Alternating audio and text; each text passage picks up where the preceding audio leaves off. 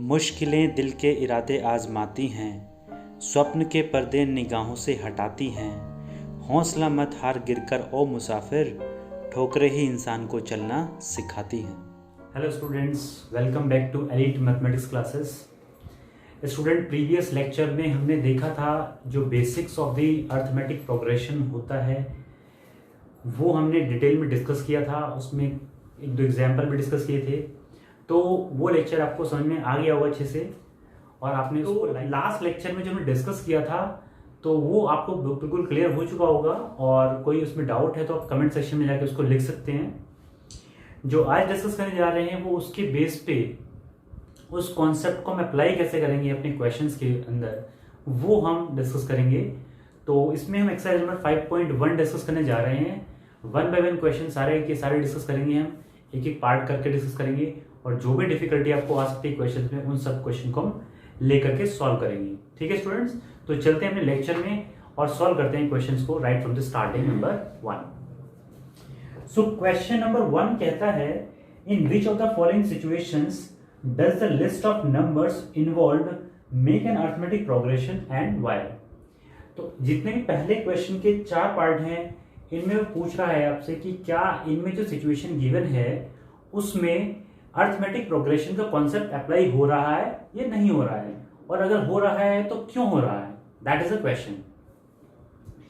तो स्टूडेंट, पहला जो पार्ट है इसमें कहा गया है, the taxi fare after each kilometre when the fair is ₹15 for the first kilometre and ₹8 for each additional kilometre. ठीक है, यानी कि एक टैक्सी है जो पहला किलोमीटर है, देखो यहां पर है, ये मान लो डिस्टेंस 1 किलोमीटर है। ठीक है, 1 किलोमीटर डिस्टेंस के लिए वो टैक्सी चार्ज कर रही है ₹15 रुपए चार्ज कर रही है। यानी कि ए से बी तक का डिस्टेंस माने तो ये 1 किलोमीटर का डिस्टेंस है। और उसके बाद एडिशनल जब किलोमीटर हम चलते जा रहे हैं तो वो मान लो यहां से लेकर के यहां तक का सी, फिर से ये 1 किलोमीटर का डिस्टेंस है। ठीक है, तो यहां से अब जो इसके बाद पहले किलोमीटर के बाद जो डिस्टेंस कवर कर रहा है इसमें यहां से लेकर यहां तक के ₹8 इसमें और ऐड हो जाएंगे। ठीक है, फिर यहां से लेकर के यहां तक का डिस्टेंस जो होगा 1 किलोमीटर का डी तक का ये वाला, यहां पे फिर से प्लस ₹8 हो जाएंगे। ठीक है, तो ऐसे कर करके वो चार्जेस ले रहा है। तो आपको बताना है कि जो पैटर्न चल रहा है क्या ये एपी में है, तो उसको देख लेते हैं हम। तो सबसे पहले हमारे पास क्या टर्म आई, 15 रुपए लिए। उसके बाद 15 और प्लस एडिशनल ₹8, तो कितना हुआ 23। ठीक है, उसके बाद 23 तो यहां तक के हो गए। अब इसके बाद एडिशनल फिर से 8 ले रहा है वो, तो कितना हो जाएगा अभी 31, फिर 8 लेगा आगे तो 39, और ऐसे ही करते करते हम आगे तक चलते रहेंगे जहां तक भी उसको पहुंचना है। इसमें कोई लिमिट नहीं दे रखी तो आप उसकी लिमिट भी आप नहीं बनाएंगे यहाँ पे।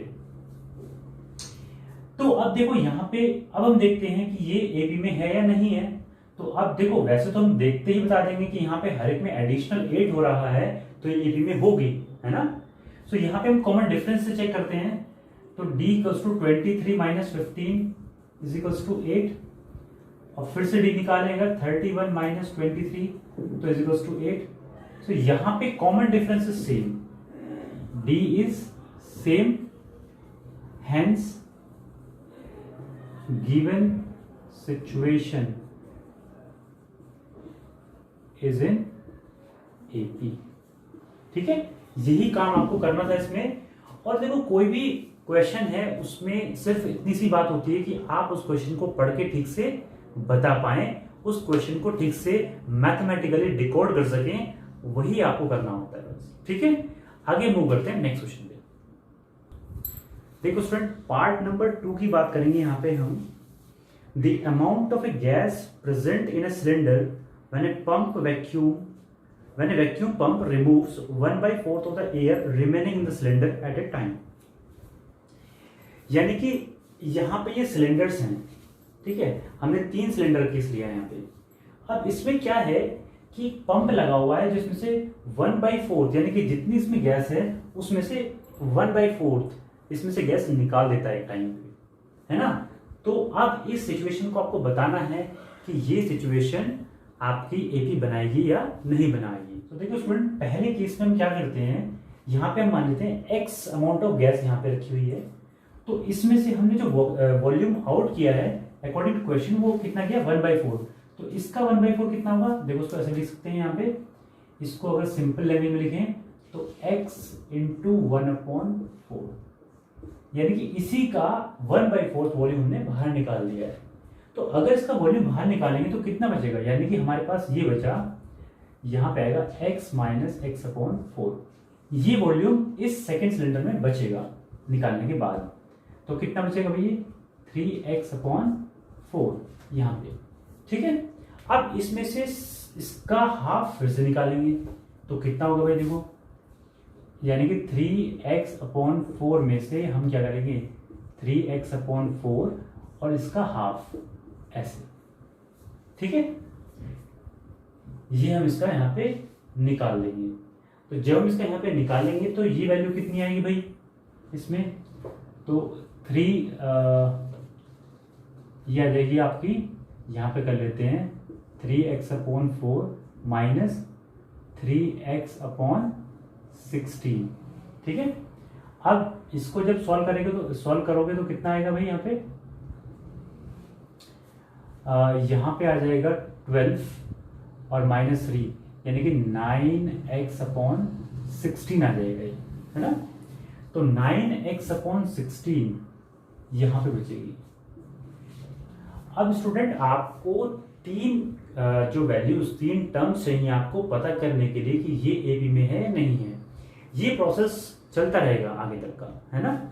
तो हम यहाँ पे चेक करते हैं, हमारे पास वैल्यूज आई, जो सीरीज आई है वो पहले थी x, फिर आई 3x/4 और फिर आई 9x/16। ऐसी सीरीज चलती जा रही है, ठीक है, चलती जाएगी। अब हमें चेक करना है कि ये एपी में है या नहीं है, तो हम सिंपल इसमें क्या करेंगे डी निकाल देंगे। तो कितना है 3x/4 माइनस का x, तो वैल्यू कितनी आएगी यहाँ पे x/4 आएगी, ठीक है। फिर से डी निकालते हैं, तो यहाँ पे 9x/16 माइनस 3x/4, 16 एलसीएम आया यहाँ पे, तो 9x माइनस यहाँ पे आया 4 इंटू 3 12x। तो यहाँ पे कितना आ गया भाई ये माइनस के 3x/16। अब देखो D value is not same, अगर डी वैल्यू सेम नहीं आई है तो it is not in AP, so it is not in AP, ठीक है। तो एपी में आने के लिए डी सेम होना चाहिए, जो कि हमारे इक्वेशन में नहीं है, ठीक है। आगे मूव करते हैं नेक्स्ट पार्ट पे। देखो स्टूडेंट, नेक्स्ट पार्ट है part number 3, the cost of digging a well. Digging का मतलब खड्डा खोदना, है ना, डिग का मतलब। तो एक वेल को खोदने के लिए after every metre of digging when it cost ₹150 for the first metre and rises by ₹50 for each subsequent metre. यानी कि जब हम गड्ढा खोद रहे हैं तो 1 मीटर तक खोदने में उसको फर्स्ट जो हमने खोदा है 1 मीटर उसमें 150 रुपये लगते हैं, और उसके बाद पर जो मीटर हम खोदते जा रहे हैं नीचे उसमें 50 रुपीज़ से वो बढ़ता जाएगा। यानी कि पहले के लिए आएगा 150 रुपीज़, सेकेंड मीटर जब हम नीचे गए और भी 1 मीटर और नीचे गए तो उसमें 150 प्लस 50 तो कितना हुआ 200 हुआ। फिर उसके बाद नेक्स्ट मीटर गए तो 200 प्लस 50 तो 250 हुआ।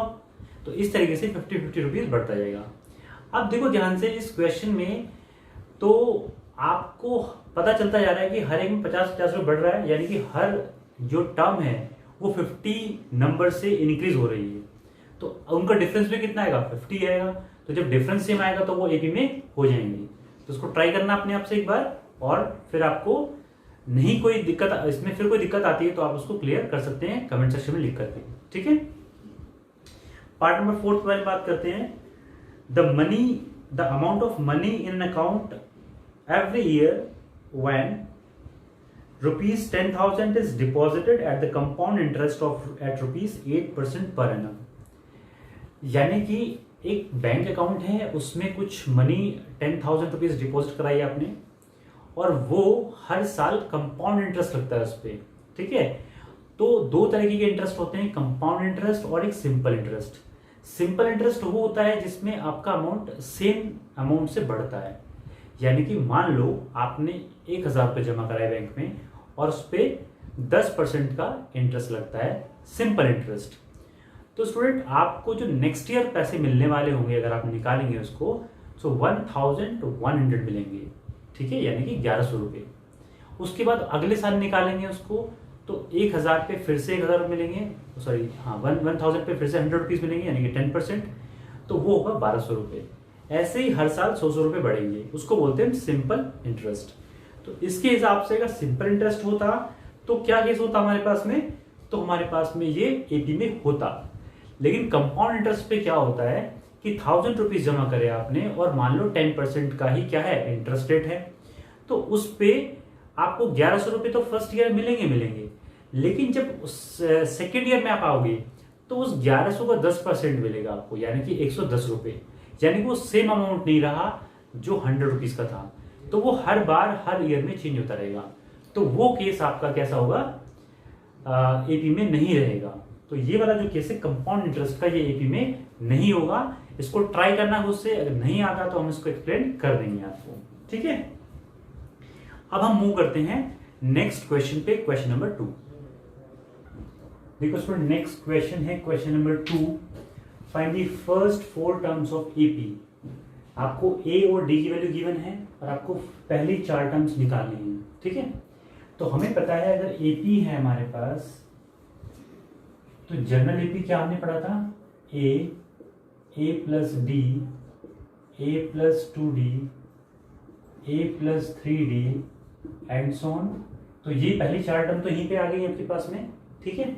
तो हम डायरेक्टली, हमें ए और डी की वैल्यू गिवन है तो फटाफट से पुट करते हैं, निकालते हैं इसको। तो जो ए पी आएगी हमारे पास में क्या आएगी, ए की वैल्यू कितनी, पहले 10 प्लस 10 20, 10 प्लस 10 इंटू 2 20 मतलब 30 हो गई, और यहाँ पे 10 प्लस 30 यानी कि 40। तो ये पहली 4 टर्म होगी, ऐसे चलते जाएंगे, लेकिन हमें पहली 4 टर्म ही निकालनी थी, तो आपका आंसर यहीं पे खत्म हो जाता है। ये आपका आंसर हुआ, ठीक है। नेक्स्ट पार्ट डिस्कस करते हैं इसमें। तो सेम तरीके से ये वाली सीरीज चलेगी आपकी। तो यहाँ पे जो एपी आएगी वो क्या आएगी, पहले तो माइनस का 2, ठीक है, फिर क्या आएगा माइनस का 2 प्लस का 0, डी तो चेंज ही नहीं हो रहा, तो फिर आएगा माइनस का 2 प्लस का 2 इंटू 0, फिर माइनस का 2 प्लस 3 इंटू 0, है ना। तो इससे तो कोई फर्क पड़ने वाला नहीं है, तो क्या आपके पास बनी -2 और -2, ये आपका आंसर हो गया। बड़ा आसान सा है ना। तो ऐसे करके आप इनको बड़े ही आसानी से सॉल्व कर सकते हो।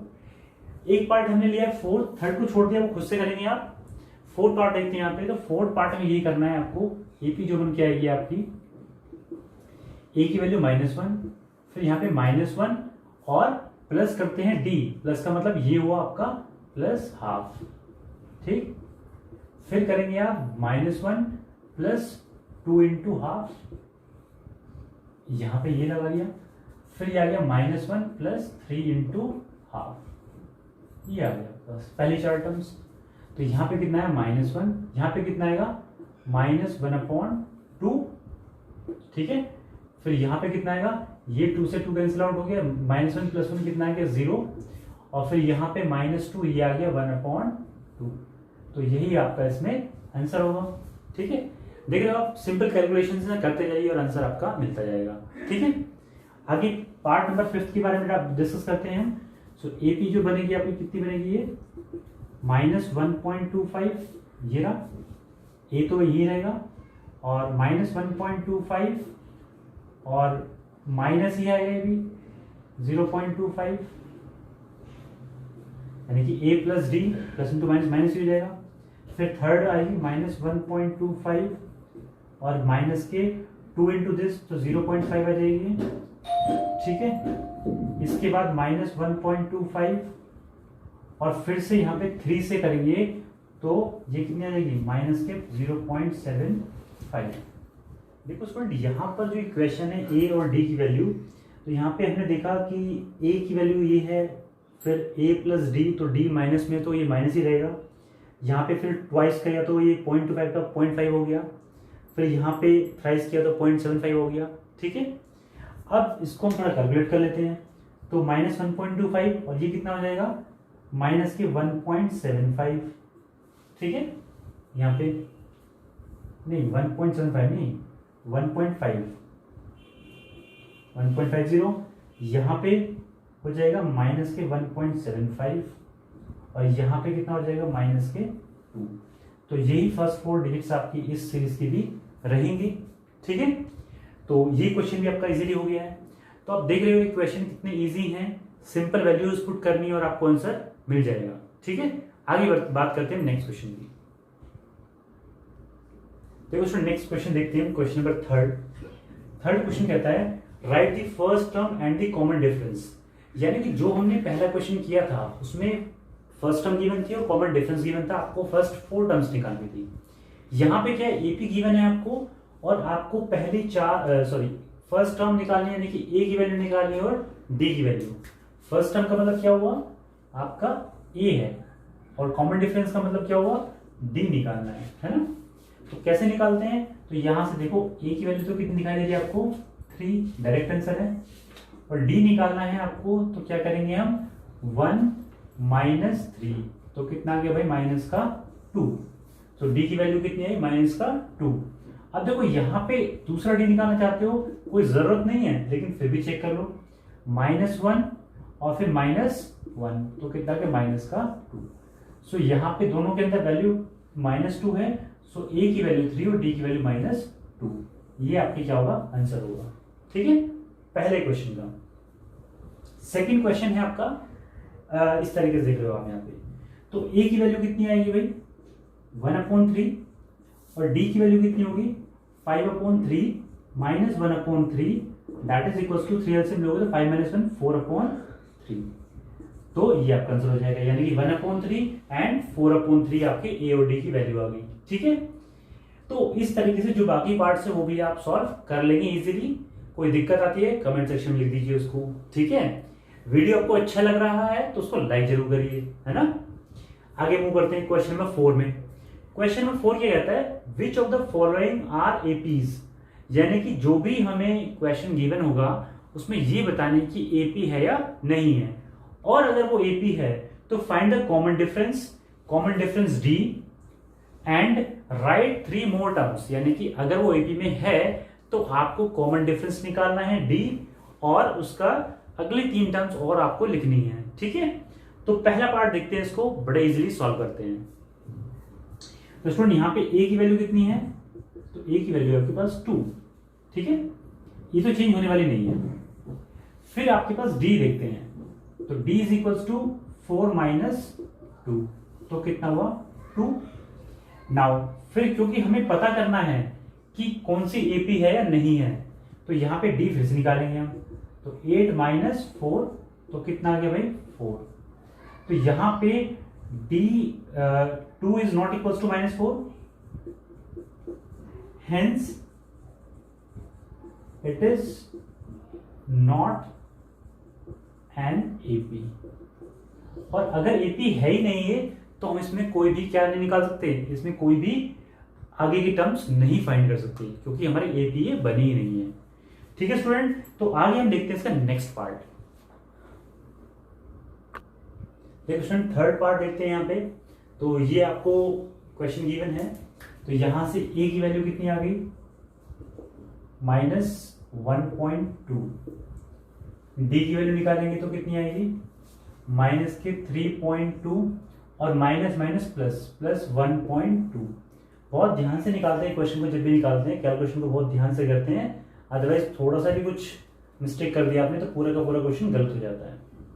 तो ये किया आपने, यहां पर इसकी वैल्यू कितनी आई भाई माइनस के कितना आ गया, यहाँ पे 0 आ गया पॉइंट में, और यहाँ पे 3 - 1 कितना आ गया 2, यानी कि डी की वैल्यू आ गई 2 सिंपल। अगर हम दोबारा डी चेक करें तो कितना आएगा -5.2। ठीक है, और माइनस प्लस फिर से हो गया 3.2, तो ये वैल्यू कितनी आ गई, फिर से 2 आ गई नेगेटिव में। यानी कि हमारा जो a है वो कितना है 1.2 माइनस में, और d कितना है माइनस के 2। तो नेक्स्ट 3 टर्म्स और लिखनी है आपको। तो यहां पे फिर नेक्स्ट टर्म क्या होगी, नेक्स्ट 3 टर्म्स देखो कितनी क्या होंगी। तो -7.2 और माइनस के 2, तो कितना हो गया माइनस के 9.2 है ना, और माइनस के 9.2 और दिस तो माइनस के 11.2, फिर माइनस के 13.2, फिर माइनस के 15.2। तो ऐसे करके निकलते चले जाएंगे, आपको सिर्फ 3 और टर्म्स बताने दी, ठीक है। तो क्वेश्चन आपका यहाँ पे कंप्लीट हो जाता है। तो जब तक आप कैलकुलेशंस को बहुत ध्यान से नहीं करेंगे तो आपके आंसर्स को गलत होने के चांसेस बन जाते हैं। आगे देखते हैं next question.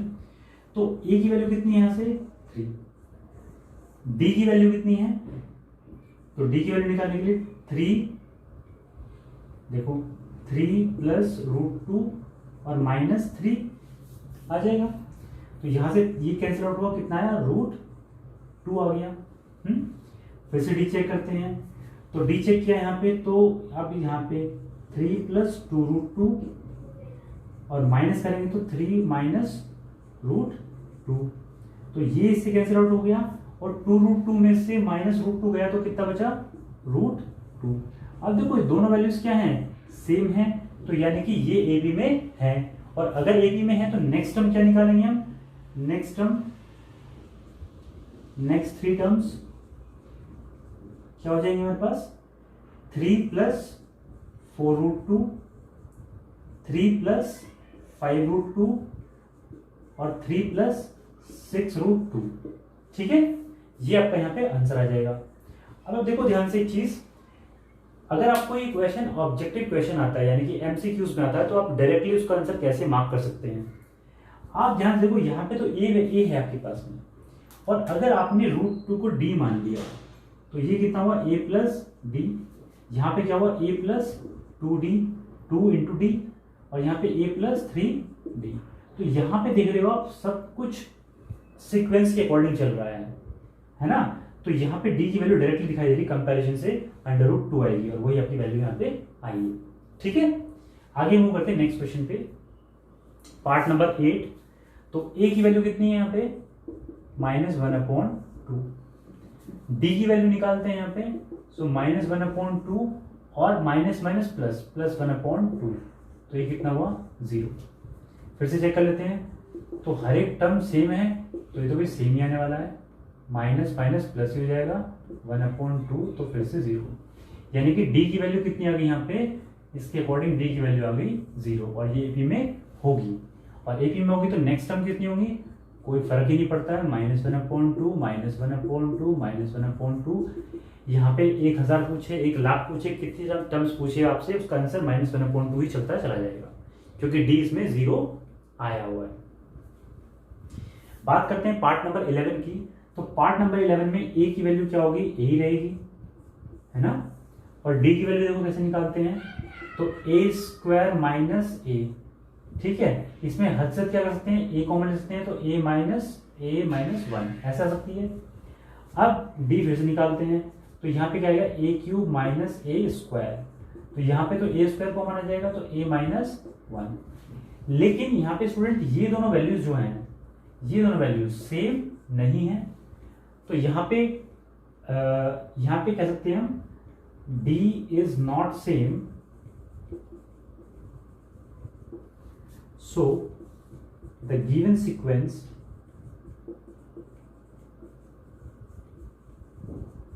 is not in AP।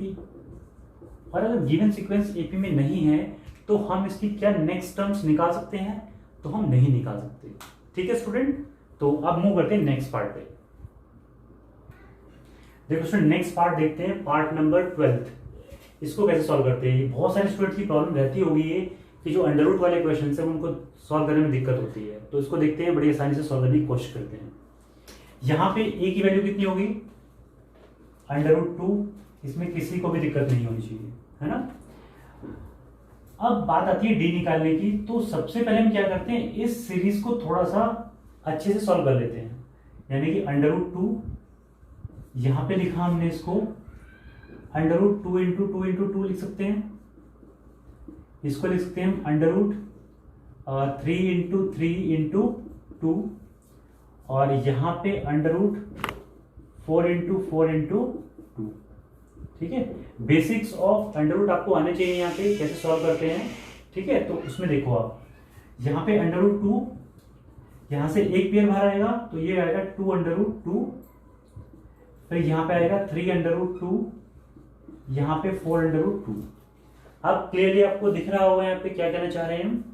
तो √2 तो ए की वैल्यू आ गई। अब डी की वैल्यू चेक कर लेते हैं। तो 2 माइनस √2, तो कितनी वैल्यू आएगी, 2 आ जाएगी। ठीक है, यहाँ पे 2, क्योंकि 2 में से √2 गया तो √2 वैल्यू आएगी यहाँ पे। फिर यहाँ पे डी की वैल्यू चेक करते हैं। तो यहाँ पे 3 माइनस 2 तो कितनी आई भाई, फिर से √2। दोनों वैल्यूज इक्वल हैं तो एपी में होगा, यस एपी में होगा। अब नेक्स्ट टर्म लिखते हैं। देखो यहाँ पे हम नेक्स्ट 3 टर्म्स निकाल रहे हैं। यहाँ से आपको थोड़ी सी हेल्प मिलेगी इसको आगे की सीरीज लिखने में। ये 4 √2 लिखा है, यहाँ पे 3, यहाँ पे 2, तो यहाँ पे सीरीज को बढ़ाते जाओ। यानी कि 5 √2, 6 √2, 7 √2। और अगर और सिंप्लीफाइड फॉर्म में लिखना है, यानी कि जैसी सीरीज लिखी हुई है हमारी, तो क्या लिख सकते हैं इसको, 5 अंदर जाएगा तो 5 का स्क्वायर हो जाएगा, यानी कि 25 इंटू 2 √50 हो जाएगा। यहाँ पे 6 इंटू 6 36 इंटू 2 कितना हो जाएगा, 72। 7 इंटू 7 49 इंटू 2 कितना होगा, 98। तो 98, तो ये नेक्स्ट 3 टर्म्स आपकी ये आंसर में आ जाएंगी, है ना। इस तरीके से जितनी टर्म्स चाहें आप उतनी ही निकाल सकते हैं, इसमें कोई दिक्कत आने वाली नहीं है आपको। बेसिक कंसेप्ट आपका ये था जिससे आप सॉल्व कर सकते हो इजीली। ठीक है, आगे मूव करते हैं पार्ट नंबर 15th पार्ट में। आप देखो यहाँ पे कोई स्क्वायर्स दिए गए हैं और कोई बिना स्क्वायर के दिया गया है। तो आप क्या करेंगे इसमें, सबसे पहले इनको सिंप्लीफाइड फॉर्म में लिख लेंगे। कैसे, 1 का स्क्वायर तो 1 ही रहेगा, यहाँ पे 5 का स्क्वायर 25, 7 का स्क्वायर 49 और यहाँ पे 73, और यहाँ पे आगे सीरीज का पता नहीं है कुछ। तो ए की वैल्यू कितनी है, यहाँ पे 1, ए की वैल्यू 1 आई। डी की वैल्यू चेक कर लेते हैं। तो 25 minus 1 that is equal to 24। फिर से निकालते हैं डी। तो 49 माइनस 25 तो कितना आएगा भाई, ये फिर से आएगा 24। यानी कि ये 24 और ये 24 क्या है, दोनों इक्वल हैं। तो हमारी सीरीज एपी में होगी या नहीं होगी, तो एपी में आपकी ये बनेगी। और अगर एपी में बनेगी तो हमें नेक्स्ट कितनी टर्म्स निकालनी है, 3 टर्म्स। सो नेक्स्ट 3 टर्म्स क्या होंगी आपकी, ए यानी कि यहाँ पे 73 प्लस 24 है ना। तो 73 प्लस 24 कितना हो जाएगा भाई आपका, ये हो जाएगा 7 और 9 97। फिर 97 प्लस 24 कितना आ जाएगा ये, तो 11 1 और 9 और 2 11 और 1 12 121। और फिर 121 प्लस 24 सो कितना आ जाएगा 149। सो फाइनली जो आपकी 3 टर्म्स आई वो कौन कौन सी आई, 97, 121 और 149। यही आपके तीनों टर्म्स का आंसर आएगा। ठीक है, अब आप देखो इसमें तो हमने कितनी आसानी से इन क्वेश्चंस को सॉल्व कर लिया है। जो पार्ट्स हैं उनको सेम तरीके से सॉल्व कर सकते हो, कोई दिक्कत आपको नहीं आने वाली। बेसिक कॉन्सेप्ट को सिर्फ अप्लाई करना है आपको। ठीक है, और किसी स्टूडेंट को किसी भी और क्वेश्चन में कोई प्रॉब्लम आ रही हो तो उसको हमें कमेंट सेक्शन में जरूर लिखें, उसका सोल्यूशन आपको जरूर कराएंगे। ठीक है स्टूडेंट्स, मिलते हैं आपसे नेक्स्ट लेक्चर में। डिस्कस करेंगे हम नेक्स्ट लेक्चर में nth term of the AP और उसको कैसे यूज करते हैं, उसके कॉन्सेप्ट को कैसे देखते हैं, वो सारी चीजें डिस्कस मिलेंगे आपसे नेक्स्ट लेक्चर में। Thank you so much.